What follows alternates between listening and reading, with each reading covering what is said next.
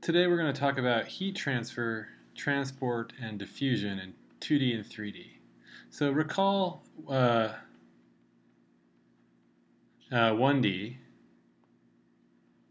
the 1D situation where we had just a rod of length L. And if we wanted to know something about the temperature U between A and B, we had to talk about the flux, which we call phi. So what we had was this notion of flux. So in this case it was heat flux. And we indicated it by phi. And we applied a physical principle, which we call Fourier's law, that stated that it was the negative derivative times some constant, which gives the thermal conductivity of the medium. It was a material property, some constant we'd have to perform experiments to get, times the spatial derivative of U, which is the temperature. So U is the temperature.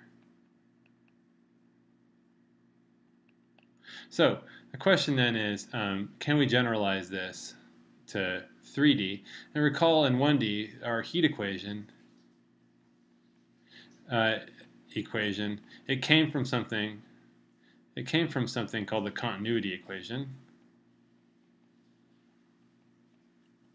which stated that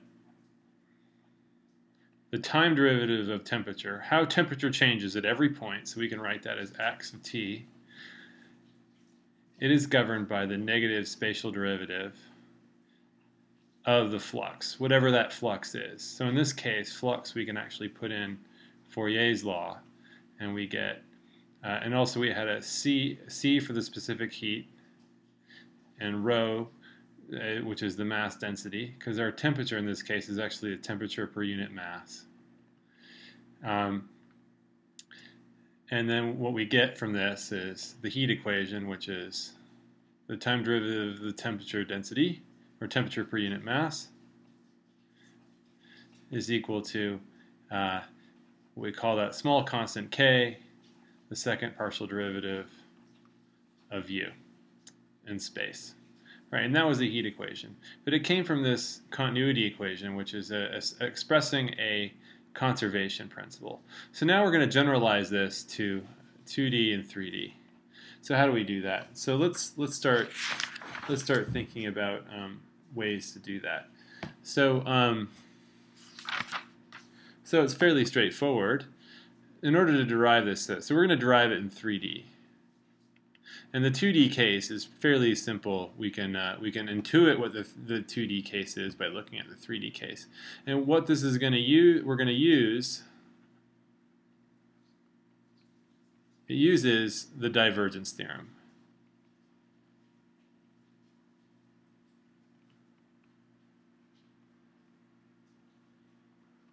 All right, so how do we express this rate? So before we had, remember that U was the temperature per unit mass, and in order to get energy, so we had heat energy, and we have it in some region R of space. We can write the region as it's just some sort of blob in space in 3D. And I'll put my little coordinate axis there to indicate. And so this is our simple solid mass or space, a region within three-dimensional space. And we're going to define the surface, call it S, but we're going to indicate this surface S by another symbol, which we're going to call the boundary of R, which is the partial of R. So this just means the boundary of R. It's just a fancy notation for the boundary of R, otherwise known as the surface. Okay, so if we have heat energy, we know that's actually the integral. It's going to be the volume integral over the entire region of our specific heat, defined as times the mass density times u, which in this case is going to be x, y, and z, comma t. So it's going to be a function of the space variables and time. And so specific heat and density could also vary over space, but we're not going to consider that here. We'll just keep those as constants. We'll assume this is a homogeneous medium times dV, which is our little volume element. So if we add up all of the temperature density through here times the specific heat and the mass density, we get the total energy in this region. Okay, great. So now we want to know what to do with that. So what we really are looking for, our goal here, is how does energy change over time?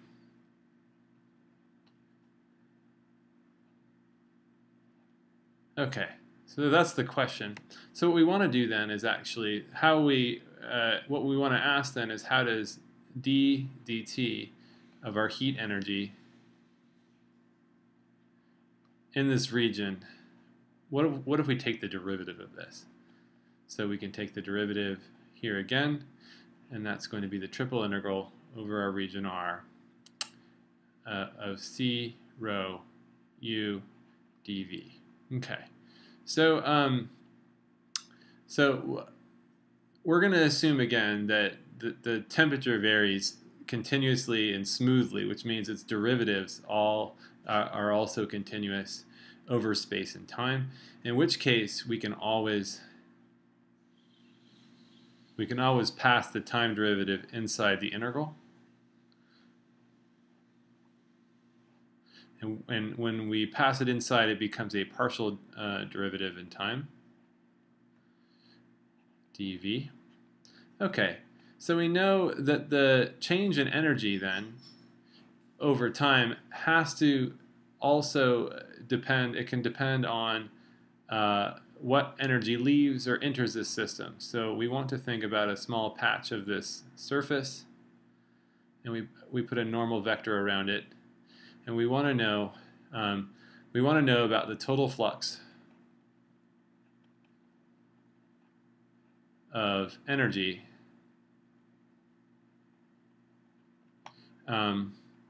over, or I should say, through the boundary, which I'm going to indicate by this symbol partial r. So that represents the boundary of our region R. All right, and so we can write that down easy enough. And that's going to be through a flux integral over the partial of R. And so in the book and other places, you'll see anytime the boundary is closed, that means it completely wraps over a space and encloses it completely. They put a little circle around the double integral, and that's just a symbol that's sometimes used to represent that that the surface has no holes, that it covers the entire region inside. So if we have that, then we want to talk about the thermal flux across that boundary, and that of course we apply, and that's our flux. But unlike in 1D, now in 3D, this flux will be a three-dimensional vector, and we're going to dot it with our normal of our surface and times it by a small area element ds. Okay, and so of course the summation over all those little patches of the surface will give us the total flux. But we know from the divergence theorem, and now here we're going to put a big equal sign and actually just say use the divergence theorem, that the surface integral of the flux integral can be rewritten as a volume integral for the entire region inside. Okay? And so I forgot one thing here. So this is the outward normal.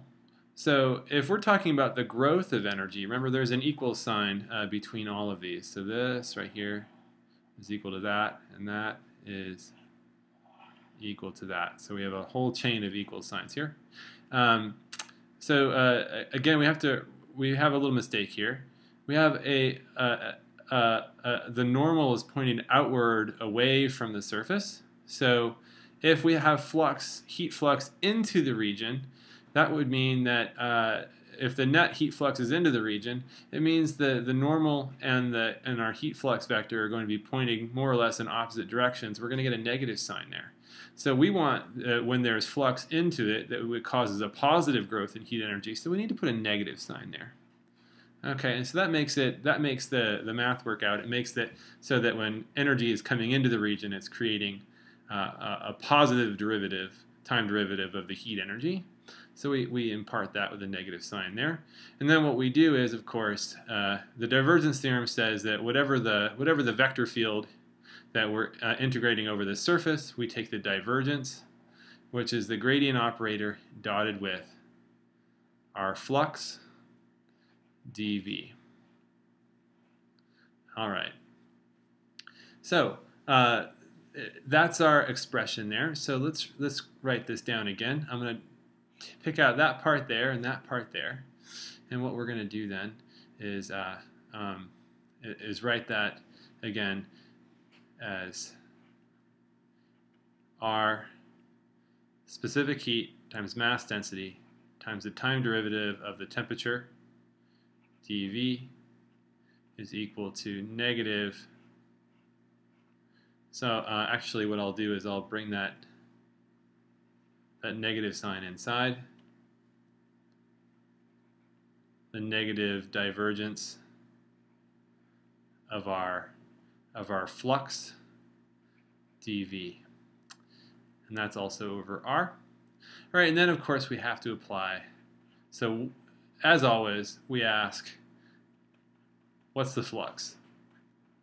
So again, we're going to use Fourier's law.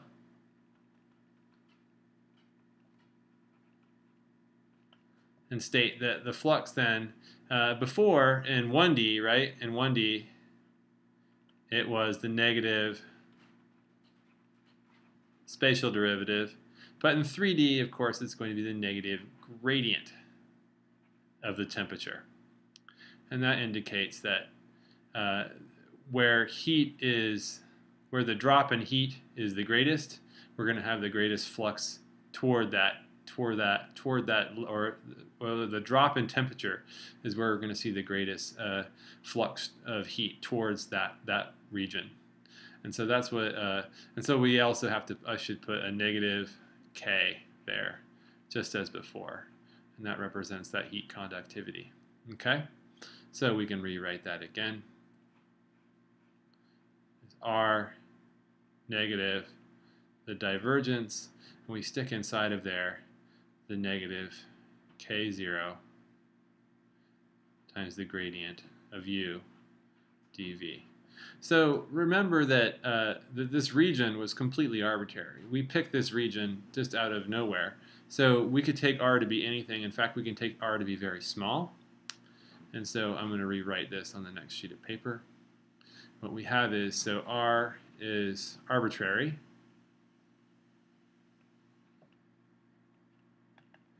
So get rid of integral.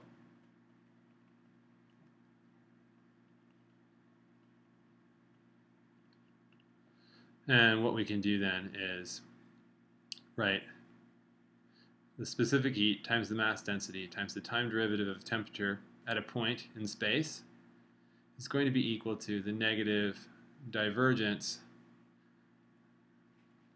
of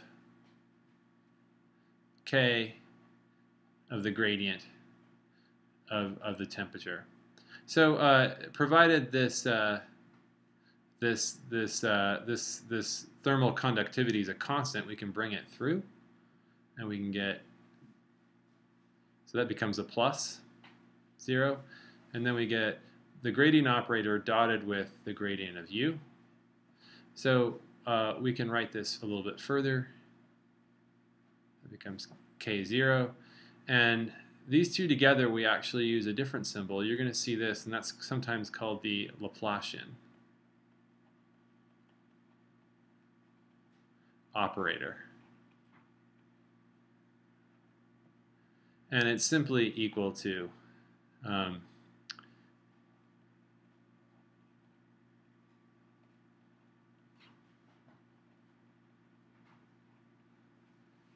the sum of the second partial derivatives of all of the dimensions.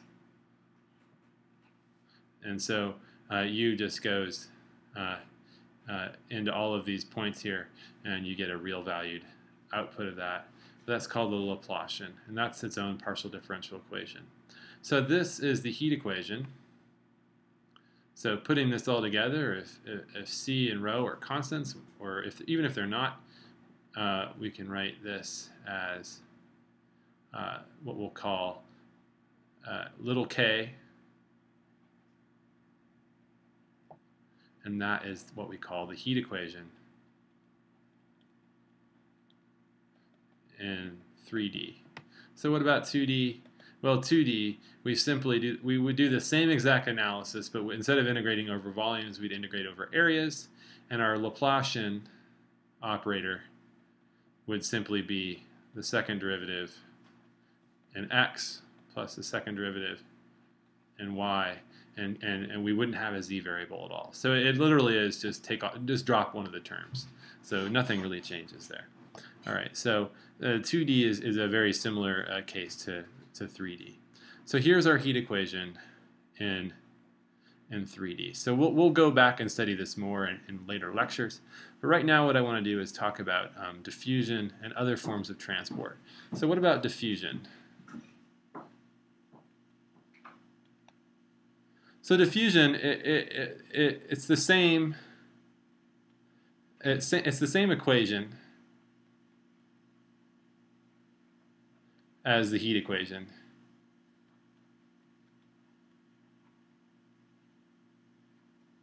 But what we do is we say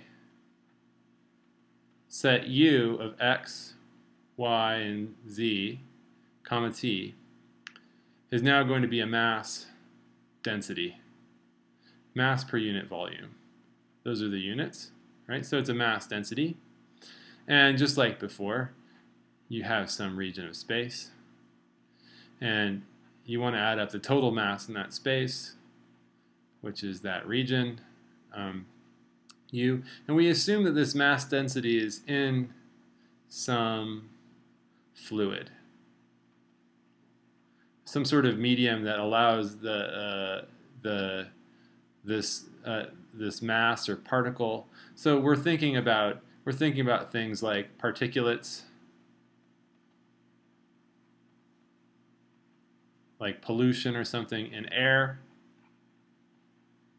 or it could be some solute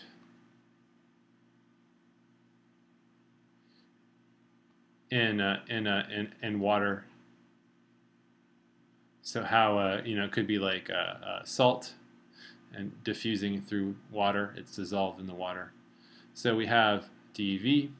And of course, we want to know how the mass changes over time. So we take the derivative of the mass, and we call that nr with respect to t.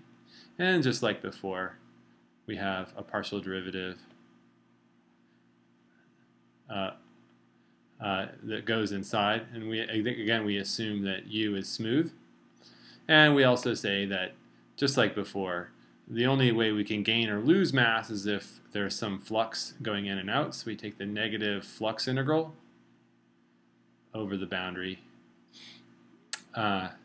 which we indicate by some flux rule dotted with the normal ds.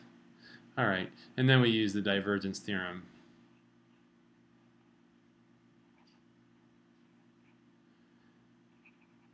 Just like before. So now what about the flux? So what's the flux for diffusion? For when we have, again, what we call it, we actually do the same exact thing. We call it the negative d of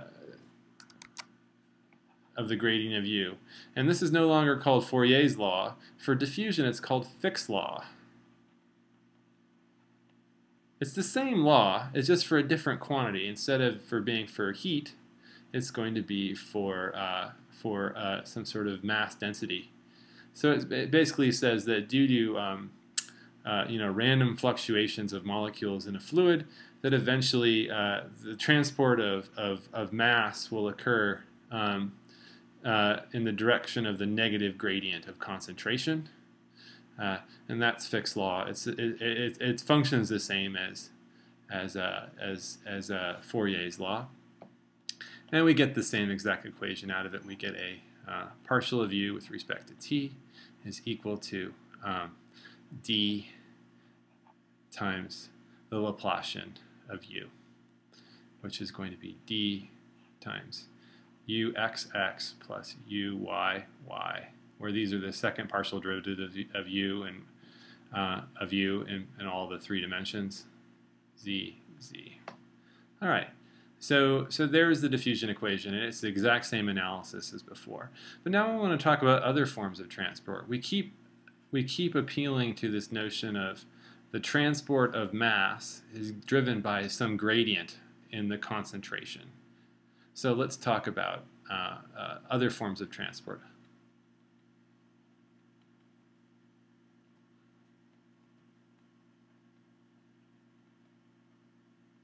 So first, I'll just write down Fick's again. And it's going to be that the flux, the transport, is going to be governed by this process of d, where this is what we call the diffusion constant.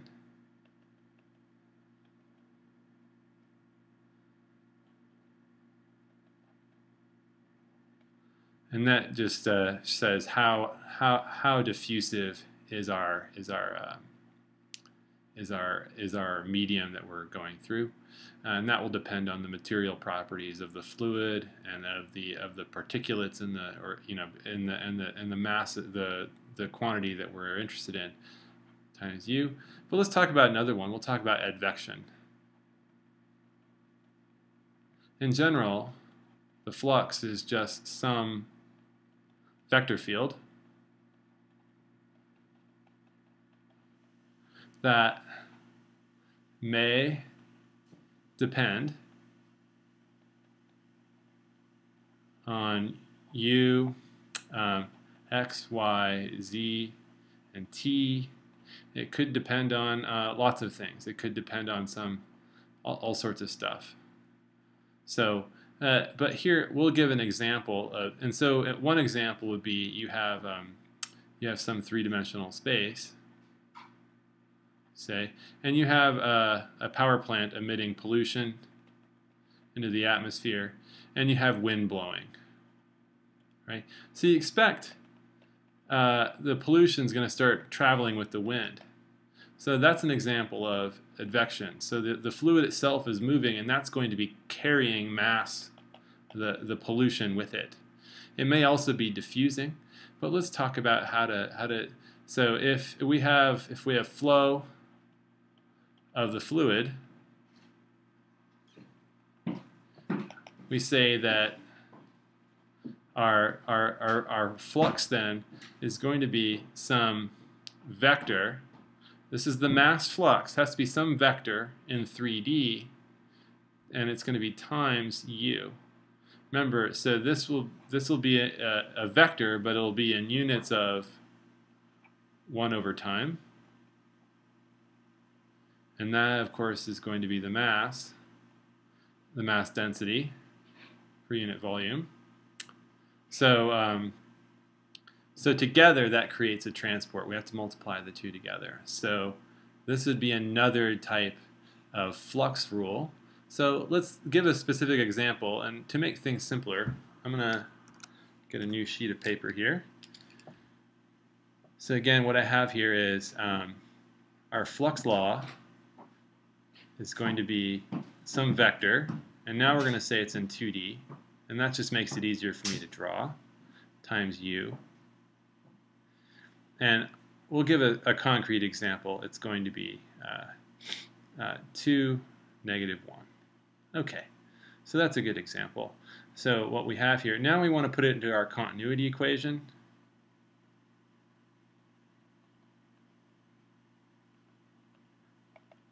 The continuity equation says the partial of u with respect to t is equal to the negative divergence of the flux. In this case, we're saying that the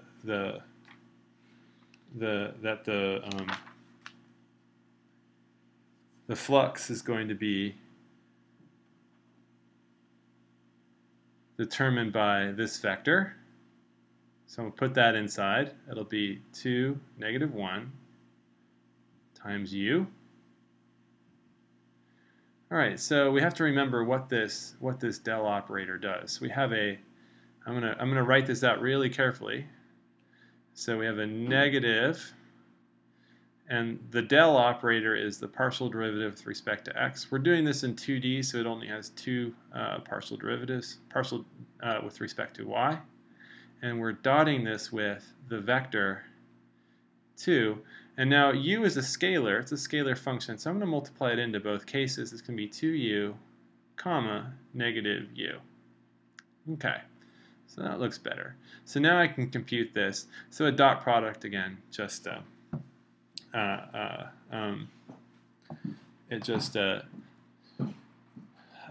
it just means that we take the partial derivative of this one here, so it becomes -2 partial derivative of u, partial derivative of x, and then we do a plus partial derivative of u, partial derivative of y. Okay, so another way to write this, again, is that we say 2, -1, is that we actually pass the del operator to the u. So we actually say that's just another way of writing it. So that becomes 2, oh, and we have to put a negative there in front still, -1, dotted with the gradient vector, which will be, in this case, partial derivative of x, comma, partial derivative of y, of our function u. So, okay, this gradient. So let's give an example. Let's pretend for now. So this is going to be at time equals 0. We have to sort of draw snapshots like a movie. Remember, this partial differential equation is something that this gives you a rule for how things change with time. So I'm going to draw a little plot. We're going to look above this. We'll say that we have some initial condition, and I'll draw these sort of contour lines that represent that we have a high concentration here and a medium concentration there and a lower concentration down there, and finally the lowest concentration outside of all of that. Okay. So think of this as sort of like a mountaintop, right? So if I look on a point, and I go out 2 spaces that way and 1 space down, that's the direction of my vector v, right? That's the direction here. All right. So with this particular, and now recall then that what does the gradient of u do? The gradient of u always finds the point, and it finds the point it finds the vector. If I evaluate the gradient at this point here, say, it's always going to point towards the direction that is greatest uphill. So it's going to always point that direction, right? So of course what this is saying is we need to dot these two together. So of course these right here are at 90-degree angles. So this point is going to have a partial derivative in time equal to 0. So it's not going to change much, at least for that small moment of time. It might change later. However, this point right here, the partial derivative is pointing this way. So these are now parallel. So gradient of u and our vector v are what we call parallel. We can indicate it by that sort of symbol. But now what we're really looking at, because there's that negative sign, we notice that they're in opposite directions. So really what we got to do is put a negative gradient So it's going to go that way. So now they truly are pointing in the same direction. And that means when you take the dot product, they're going to be maximal. So that means that we're going to get the dot product will be a positive number, and it'll be maximal. So that means that the partial derivative of u at that point is going to be very large and positive.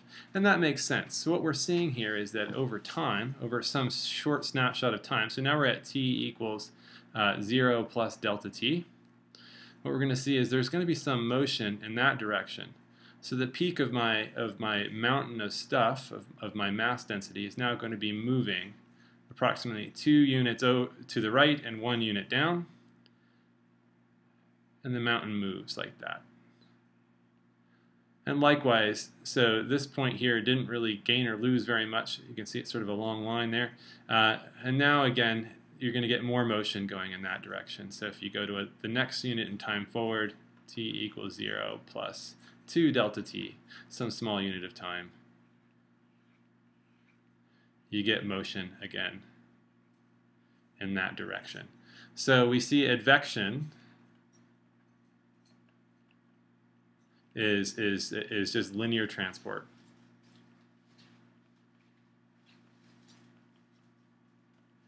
Transport along the flow line, the flow vector v. All right. So obviously we could have v. In a more complicated case, the vector field v could be a function of x, y, and z, and even time. In which case, the plane may have, some complex flow lines that are, which will make this mountain of material maybe change shape and warp and bend in all sorts of weird ways as it's being pulled apart, as it's being pulled through this fluid. But that, of course, is a more complicated situation, which we'll study some other time. But anyway, that gets you an idea of how the continuity equation works with some flux rule. So we've dealt with flux rules that are both fixed diffusion, a diffusion or a heat or a Fourier's law type diffusion flux rule. But now we also talked about a very simpler linear transport along some flow that gives you a different type of transport, where this is just linear transport through the space along the fluid flow. So that gives you an idea of how the heat and diffusion equation works in some simple situations. So thanks very much.